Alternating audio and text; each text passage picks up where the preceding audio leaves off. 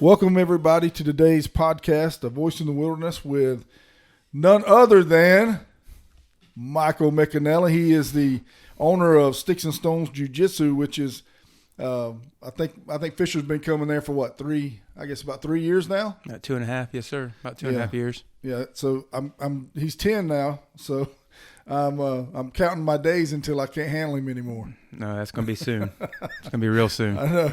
So anyway, man, I invited Michael to come be a part of the podcast today because we actually have our lives as we got born again kind of intersected.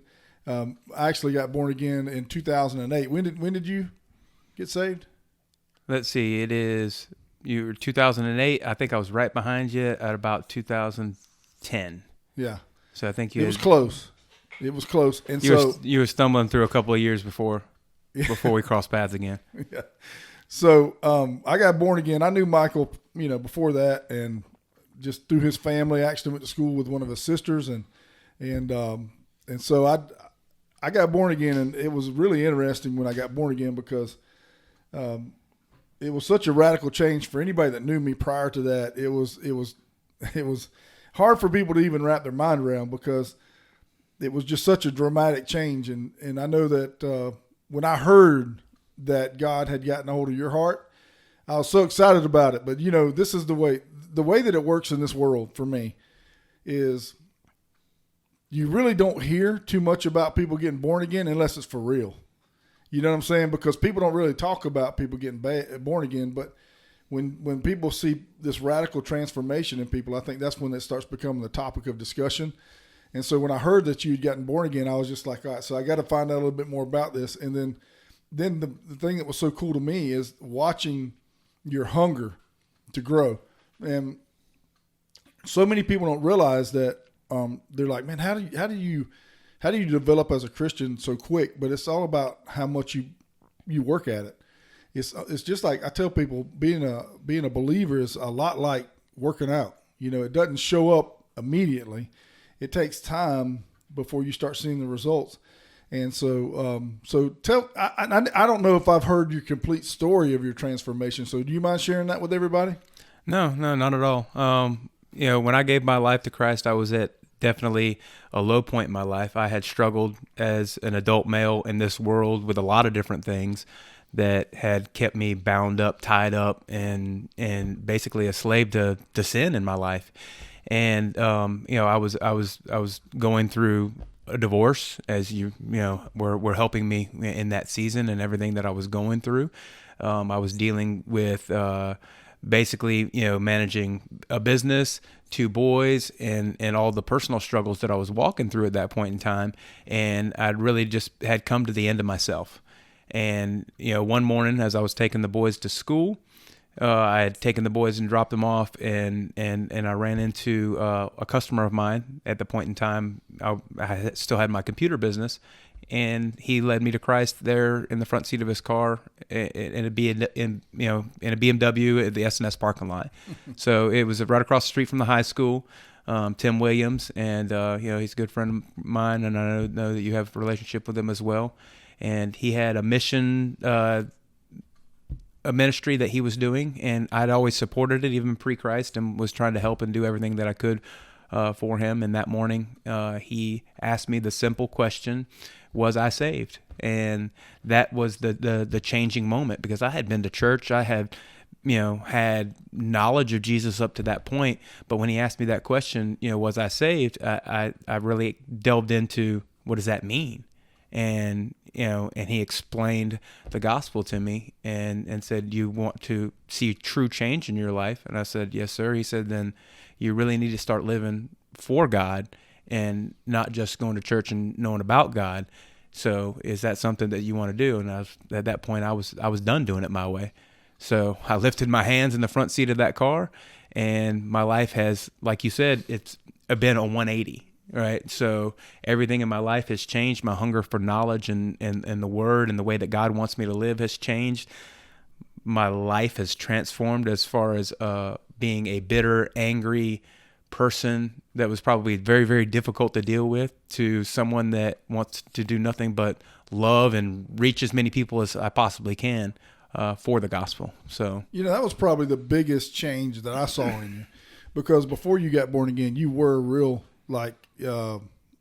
Angry, rough around the edges. Yeah, you were just angry. It was like you just weren't happy, and so I mean that now that you say that, I can really go back and I can remember that. I remember, and so let me just ask you this: for those people, mainly husbands, fathers, guys that are out there right now, man, that are just because when you said I came to the end of myself, that's exactly what happened to me. I finally had gotten to a point to where I was like, and I remember saying this. I said, God, I've ruined everything that means anything to me, in my life. I really have. And I'm done doing it my way. I don't want my way anymore because my way doesn't work. And so you talk about that. So if there's a guy or even a lady out there right now that's listening that just feels like, they're at the end of the rope, they've kind of brought themselves to a place that they never thought that they would be, what would you say to a guy or a lady that's sitting in that position right now? The biggest thing that you need to understand as far as living your life for Christ is there's no church, there's no preacher, there's no sermon, there's no thing in your life that is going to drastically change it other than having a personal relationship with Jesus and developing that relationship just like any other relationship in your life. So spending time with him, learning more about him, those are the things that drastically changed my life. Coming to the end of yourself is hard. It's hard as a man. It's hard as a female. It's a very, very difficult thing for men, especially because of pride. We think that we can do everything on our own. We don't need any help. And that's the way I was for the first 38 years of my life, was I didn't need any help. I can do it all on my own. However, that just ended in disaster after disaster after disaster in my life because I just tried to do everything in my own power. And so I believe that truly if you're out there struggling with anything, because I was struggling with addiction, I was struggling with anger, I was struggling with even know how to love my children correctly. All of these things were struggles for me until I had to come to the end of myself. And the end of myself was I need to stop living for me and I need to start living for eternity, which is a life in Christ and being an example to my kids, being an example in my community, being an example to other men. And I believe that, God's really put me in that position now. Yeah, I love the way that God is using not just you, me, but Travis. I love all the guys that God's put in my life. And I love the way that God uses us. And so it's so cool to watch kind of how you've progressed in your walk. And seeing it from a distance. I was telling Coach Bicknell this week, he's been doing the devotions for Columbia Heights football team during our team meal. And I was telling him, I said, this is what guys like me live for. We live to see guys like you step up. And so with you doing your new business now, Jiu-Jitsu, which is absolutely exploding. I mean, it's crazy how many students that you have now. I mean, because when we started with you, there was just a little handful. And now you're just I really see God's hand just blessing this business. And so kind of tell us a little bit about how you got started with Jiu-Jitsu and kind of how you got to where you're at today with your business. Well, Jiu-Jitsu really was the catalyst or the tool that God used to bring me to Christ. And I believe that at the point in time when I was struggling the most in my life, I fell in love with this sport. And when I fell in love with this sport, it was through my son, and he wanted to get started in doing some type of MMA and Jiu-Jitsu. So we enrolled him into a class, and within a year or two, I started doing it as well. And it was during that low point in my life, God had really placed a person, my professor at that point in time, that shared the gospel with me. Right now, Tim led me to Christ, but it was my professor that came to my house the night before, who shared the gospel with me, that planted the seed that really led me to that point. And I believe that what happens in Jiu-Jitsu is we are such a tight-knit community. We are such a tight group. We care so much about each other because of what we do.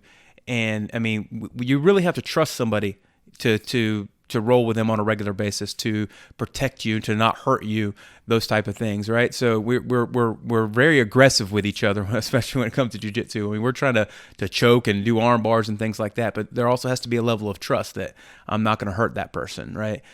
So that we can continue to train and get better together. That's our big thing is, let's get better together. So, but jujitsu was one of those things that God had placed in my life as a passion, and then He used my coach at the time to plant the seed. And so I can look back now and I see the path. I see the correlation of where I was at to where I am now. And there was several times in my walk with Christ where I didn't know, if I'm doing the right thing or not doing the right thing. And I had at the point in time I gave my life to Christ, I was running my computer business, and it ate up all my time. It was I didn't enjoy it anymore. I'd done it for 10 years. It was very profitable. I was doing very well in that arena, but we had to really start to trust in God and step out from that. And me and my wife made a decision to move on to other things and to let that go. And God really showed us the path. I mean, there was at one point in time I thought, that God had called me to be a preacher or to start a church. And through the process of really being attentive to what He's trying to do in and around our lives, he showed me that the place that He had me was my church. The place that He had me was the place that I was guiding and leading men to Christ. The place that He had me where I have influence over 60 to 70 kids and all of their parents, and speaking into families and showing them what a man is supposed to look like, somebody that lives their life for Christ, somebody that treats their kids with discipline, but yet holds them to accountability and loves on them all at the same time. These are the important things that God really showed me that was my platform. I don't need to ever preach at a church or do something like that to live my life for Christ. I am a minister in the marketplace, and my marketplace has provided me with, if you look at my membership rate right now, we have 104 paid members in my gym as of right now. Like you said, a couple years ago, we started out with less than 20. Now that's 104 members. 60 to 70 kids have two parents. A lot of them have siblings. And not only did they have parents, but you also have step parents and other people. So the influence and the reach that I have is larger than most congregations will ever be. Oh yeah, because of where God has placed me as a leader in that group. So I truly believe that I'm doing exactly what God has called me to do, and it's taken me a long time to get there. I'm 46 years old now. But I believe I'm truly walking in the calling that He's placed on my life. Well, Billy Graham, probably the best, the most successful evangelist we've ever had in our country. He made a comment that we live by at FCA, and he says that a coach will reach more individuals in 1 year than most people will in a lifetime. And so when you sit there and you talk about your calling, man, I honestly believe you're where you're called to be, because, I've always believe that God placed a special passion in each one of us for exactly what He called us to do, and that we would have. And honestly, when you get to a place to where you're doing what God called you to do, you it doesn't feel like work. It feels like it just feels. It's almost like your favorite pair of jeans when you put them on. It just feels so comfortable, and I love to see what you're doing, because in our culture we really need somebody that lives a life that's godly in front of other people. And that's the biggest thing I was telling you when we had breakfast this morning. One of the problems that we see in today's church is we see the parents of these children that just kind of, they live however they want to live during the week. And then they go and they repent on Sunday, and then they go back to living however they want to live during the week. And that's just not a victorious life in Christ. That's just not how it works. And, I was so proud of Coach Bicknell last week when he stood up in front of the guys and he said, I want you guys to pray for me, because I want to be the example in front of you that I know God wants me to be. And I thought, man, that is so good. And that's just what you see. You see that growth.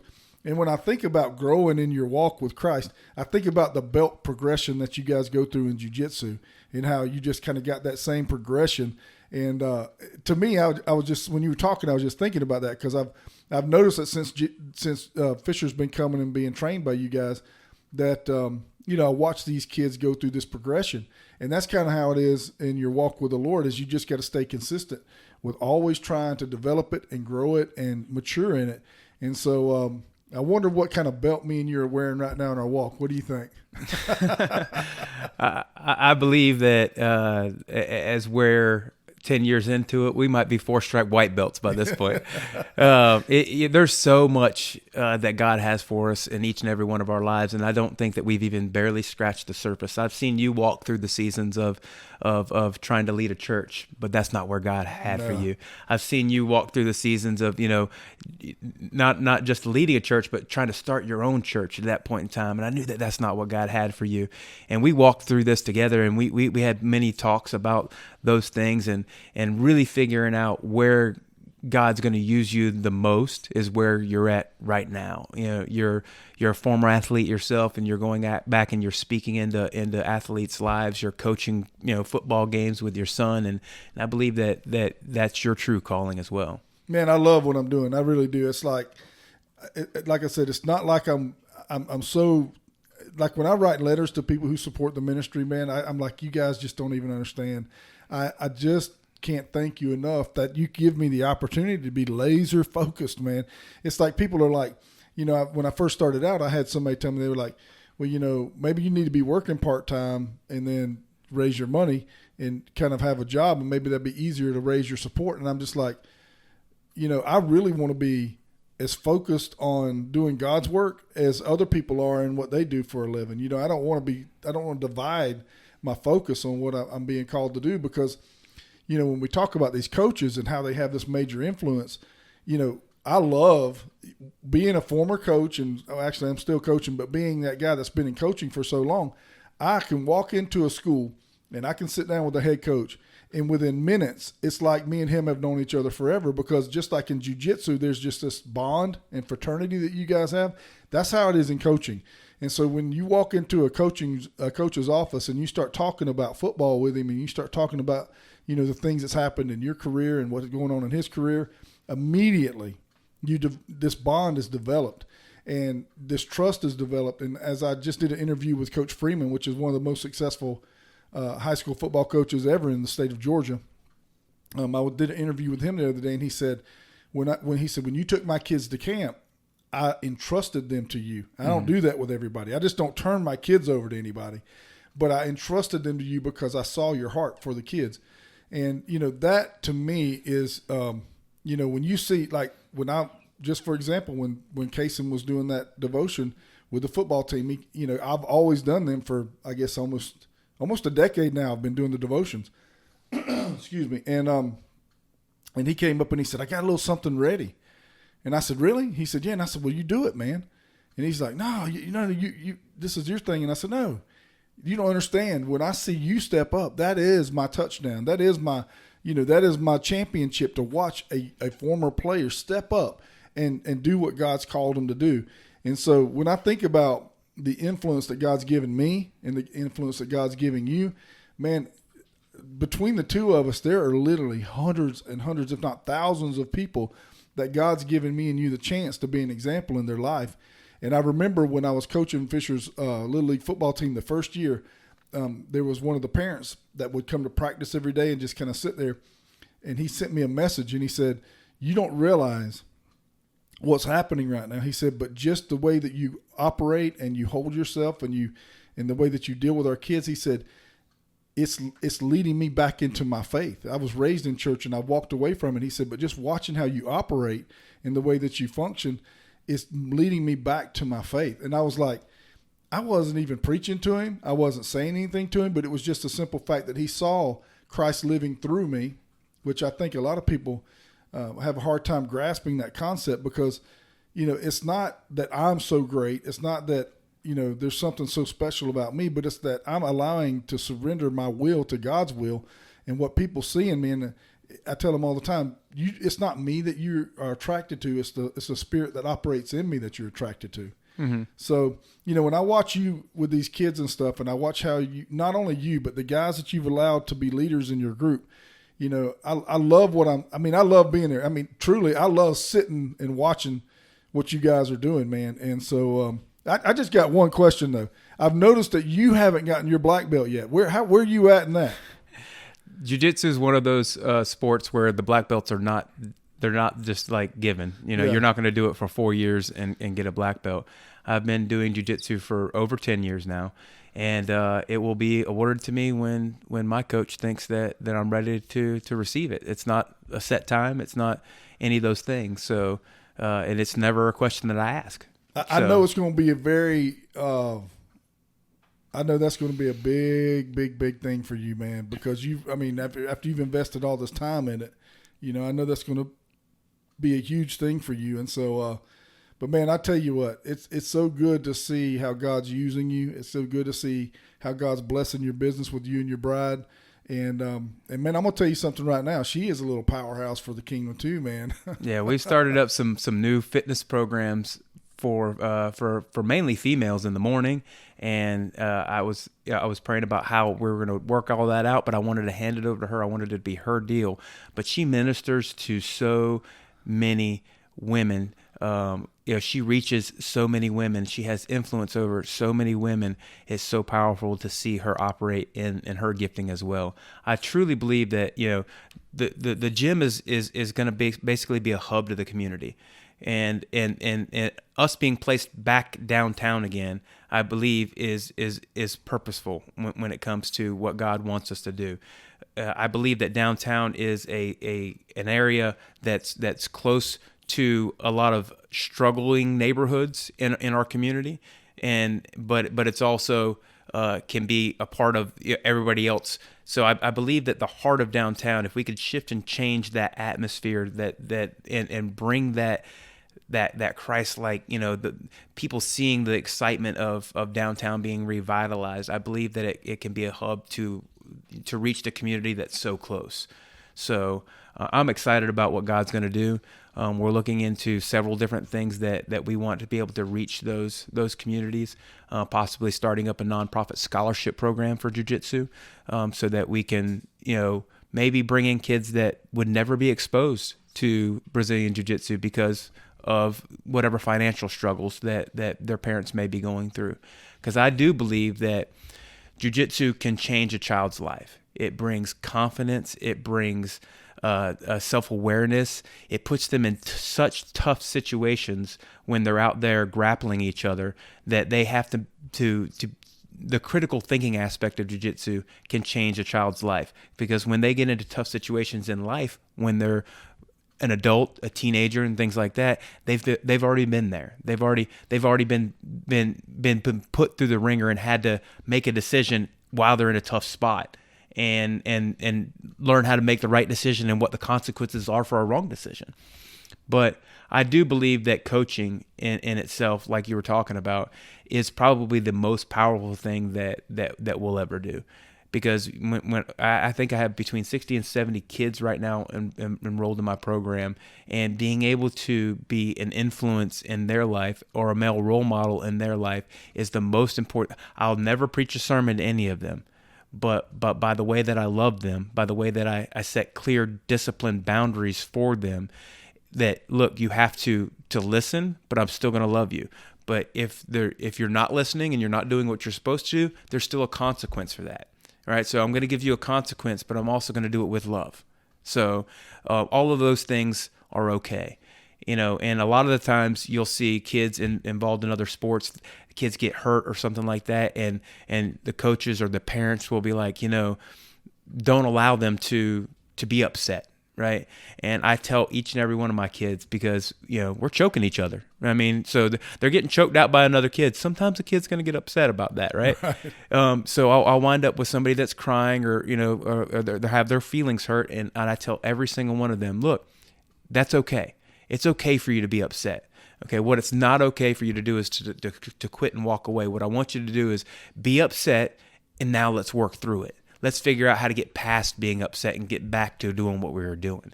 And I think that that's a valuable, huge valuable tool. It's okay. God gave you emotions for a reason. God gave you this feeling that's welling up inside. Now let's learn how to deal with it correctly. You know what I mean? Well, the first time I brought Fisher to class, I remember it. He cried and cried, man. He was just so distraught that I was taking him. But, man, he loves it, man. I mean, it's like, you know, out of all the things that he does with football and just the different things that he's been into a little bit, he loves being in jiu-jitsu. And And he's really like embraced that whole concept. And I can't wait until the light comes on for him. I really can't. In football and jiu-jitsu, when he starts understanding, the competitive nature of sports. I mean, right now to him, he hadn't really figured that part of it out yet. To him, it's just kind of like, hey, I'm having a good time with my friends. But I'll be glad when he gets to that point. But I was watching a video. We do this thing called ThreeDimensional Coaching, and FCA is just a phenomenal program for coaches. Matter of fact, I need to even show it to you because you may want to actually implement this with the guys that help you because it's such a good program. But there's a video where a coach is moved into a different state. He took over a football program that had not won a football game in a couple of years, and they were actually, the year he took over it, they wound up playing for the state championship. And he said that his kicker was on the field, and it was to kick the winning field goal in the state championship game to win. And he said, right before he kicked the first kick, the opposing team called a timeout, and the kid kicked it anyway, and he made it. But it didn't count because the coach called a timeout. And so the head coach of the team, he looked out at his kicker, and he said, I just want you to know that I'm still going to love you whether you make this or not. And, man, it just touched my heart because I think we've gotten so serious about sports at some point that we forget that it's a game and we're supposed to be having a good time. And just to see a coach that understands, you know what, it'd be great to be a state champion, but it's a lot greater to make sure that you understand that I love you and I care about you and that God's got a great plan for your life. That's more important to me than winning a state championship. And I think that's what to me, that's what you've got at your gym is you've got this. It's not about performance. It's about, and I love the way you just put that about the critical thinking because we don't even think about that in sports, about how the decision-making ability in sports actually is going to be carried out through life.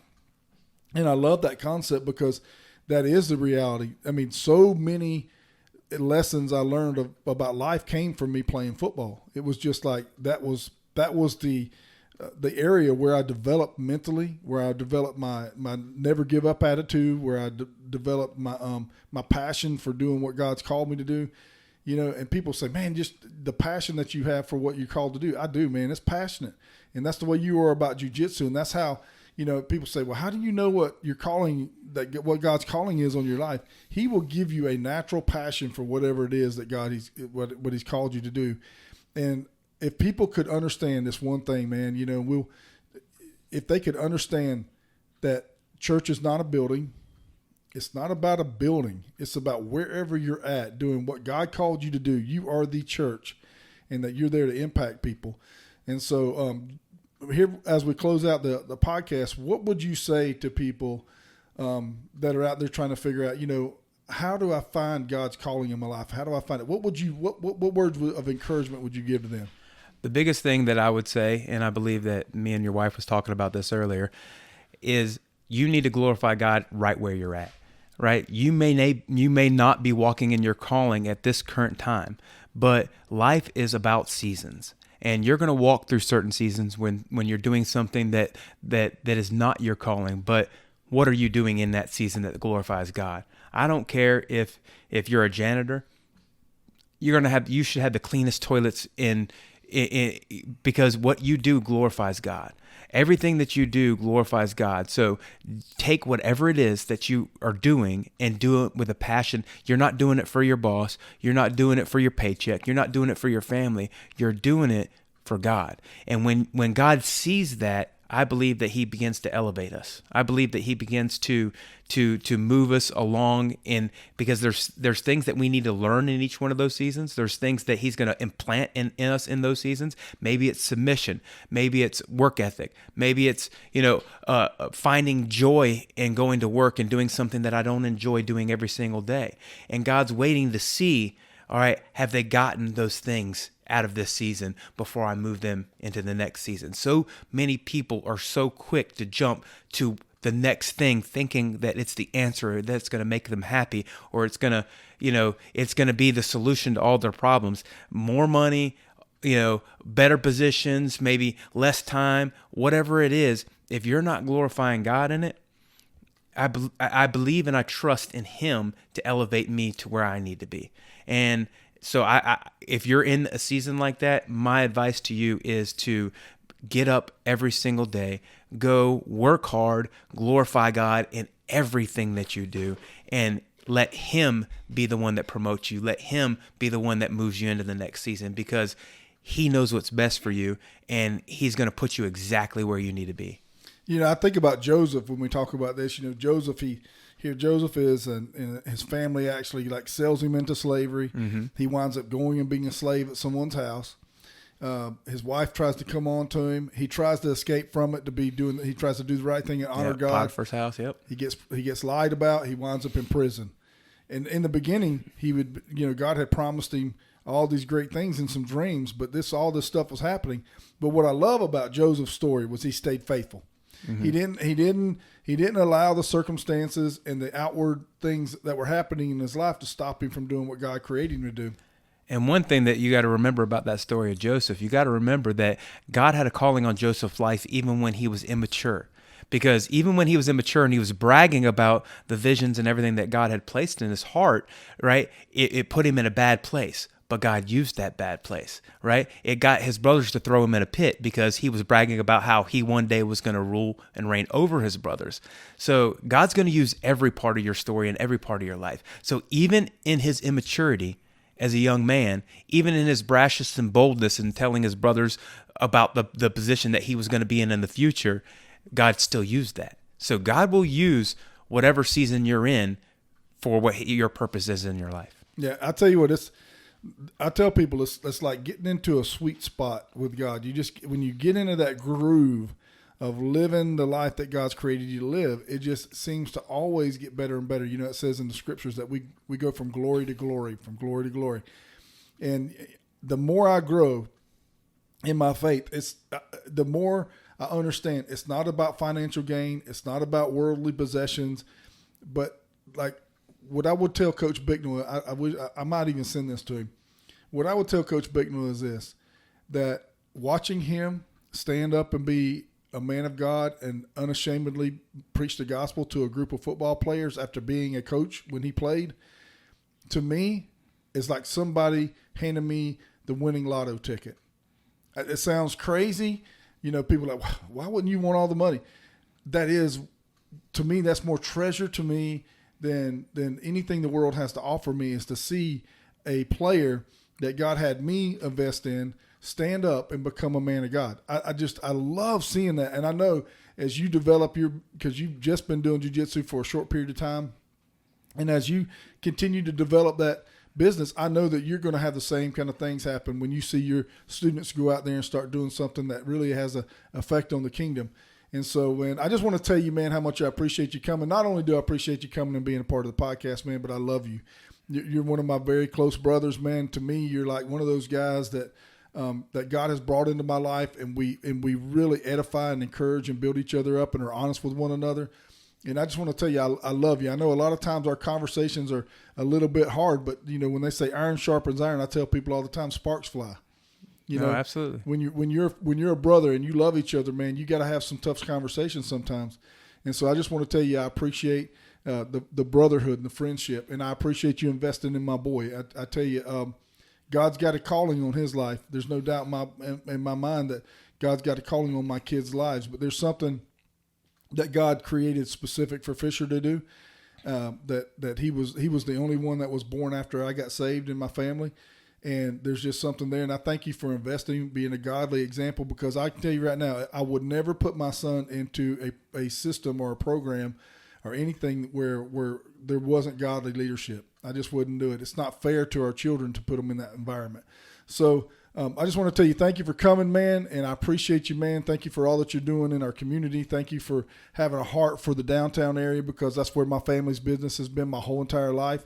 And I love seeing what's going on down there, man. And I just want to say this to you, man. Thank you for being a man of God. Thank you for being upstanding. Thank you for choosing that path. And thank you for being an example, because I know you don't realize it, man. And a lot of us don't. But I remember when my good friend Eric Greenwald passed away about 2 years ago now. And I preached his service, and I walked into the sanctuary, and I was sitting there, and it was just full of people. And all he did was just, he was just a common employee. He He didn't have a church. He didn't have anything like that. And I stood there and I just, tears flowing down my face. And I said, if I would have told Eric Greenwald that he had touched this many lives, he would have told me I was crazy. Mm-hmm. And I want to tell you that you don't realize, Michael, how many people, man, that you are impacting. You really don't. You might think you understand it, but I'm telling you, it goes so much more widespread than what you can comprehend in your mind. And I just want to tell you, stay the course, man. Keep doing what God's calling you to do, and just keep loving on people, man, because you're making a huge impact. Yeah, I'm a work in progress too, and I believe that if I just get up every morning, give God the glory, and do what He's called me to do that day, that He's going to do the work. It's not even work for me. It's just trying to be who He's called me to be. Yeah. And I love you, brother. I appreciate it. You're going to come back, right? For the podcast? Yeah. Yeah, absolutely. Anytime. Okay, cool. Good deal. So we're signing out, man. Thank you guys for being a part of A Voice in the Wilderness. Like I said, you need to, if we do an article in Woods and Water, you can pick those up in the convenience stores. It's FCA by Skipper Hair. If you look in the what do you call it, index, it says Skipper Hair FCA in there, and we do an article every month. I'd love to you guys take a look at that, and we'll see you again on the next podcast. Thanks for coming and being a part of it. Thank you for listening to A Voice in the Wilderness podcast with Skipper Hair. You can stay connected with us and our family on our YouTube channel, Hair Days-Uncut. And don't forget to click the subscribe button. If you'd like more information or to support FCA Outdoors, go to fcaod.org.